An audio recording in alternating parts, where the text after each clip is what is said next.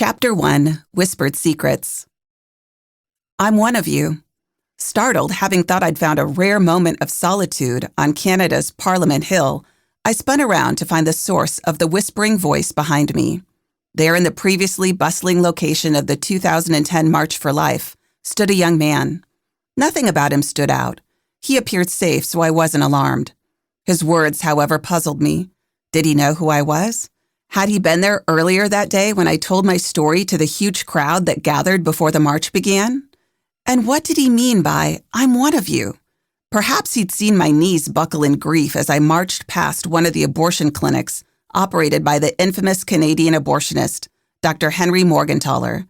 Did he just want me to know that he too was passionate about protecting the lives of the unborn? "Do I know you?" I replied cautiously. This is going to go one of two ways, I thought. He's going to be embarrassed by having whispered that to me, possibly mistaking me for someone else. Or, if he meant what I suspect, our worlds are about to be rocked by this meeting. He smiled. "I know who you are. You're an abortion survivor. I'm one too." Not only was he not mistaken about my identity, we shared the same identity. I moved closer and saw that his eyes reflected my own sense of wonder. This was the first time in my life I'd ever come face to face with another abortion survivor. My heart rate quickened as anticipation swept over me. Was I really about to trade survival stories with someone who, like me, had survived an effort to snuff out his life before he'd taken his first breath? I studied his face as if trying to discern his story through his appearance. He looked young, younger than my 33 years. Sensing the curiosity in my eyes, he began to tell me his story. He was 21, an adoptee like me. He had learned the truth about his birth story only 1 year earlier, when he'd met his biological mother.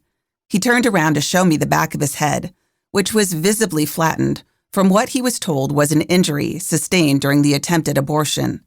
We both understood that we had so much in common. We were both members of a select group, a band of often silent, often overlooked, often disbelieved individuals whose stories don't fit the predominant narrative that abortion is all about the mother and her freedom of choice. Our short time together had a profound impact on me. I felt validated, seen, understood. I suspect it did the same for him, for there is great power in recognizing that you are not alone. Alone. I've been there. Truth be told, I wish I didn't have to write a book like this. I've only done so because children are still being aborted. But until that changes, I want there to be more stories told about abortion survivors. I want them alive to tell their own stories, which means they receive proper medical care and were not left alone to die. I have a dream for this book, that an outpouring of action will flow from people hearing these stories. If your perspective has altered and your understanding has grown, then your life is no longer the same. And changed lives lead to transformed societies. Every survivor in this book has helped shape their world, and you can do the same. Let's heal together. Let's break the silence in our families. Let's raise our collective voices.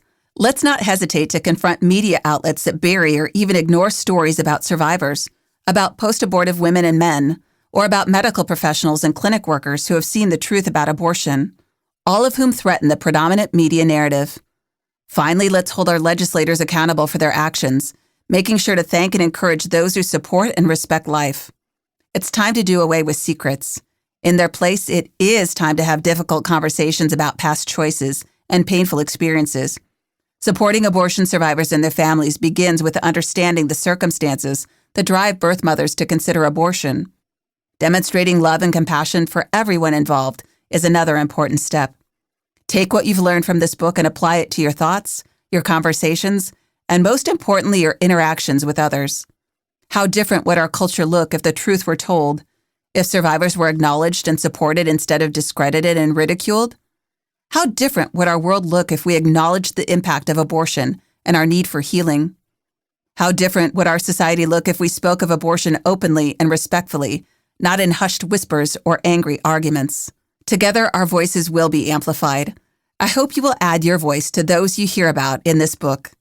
As Nobel Peace Prize winner Malala Yousafzai so beautifully stated, we realize the importance of our voice when we are silenced. It is time for abortion survivors to break their silence.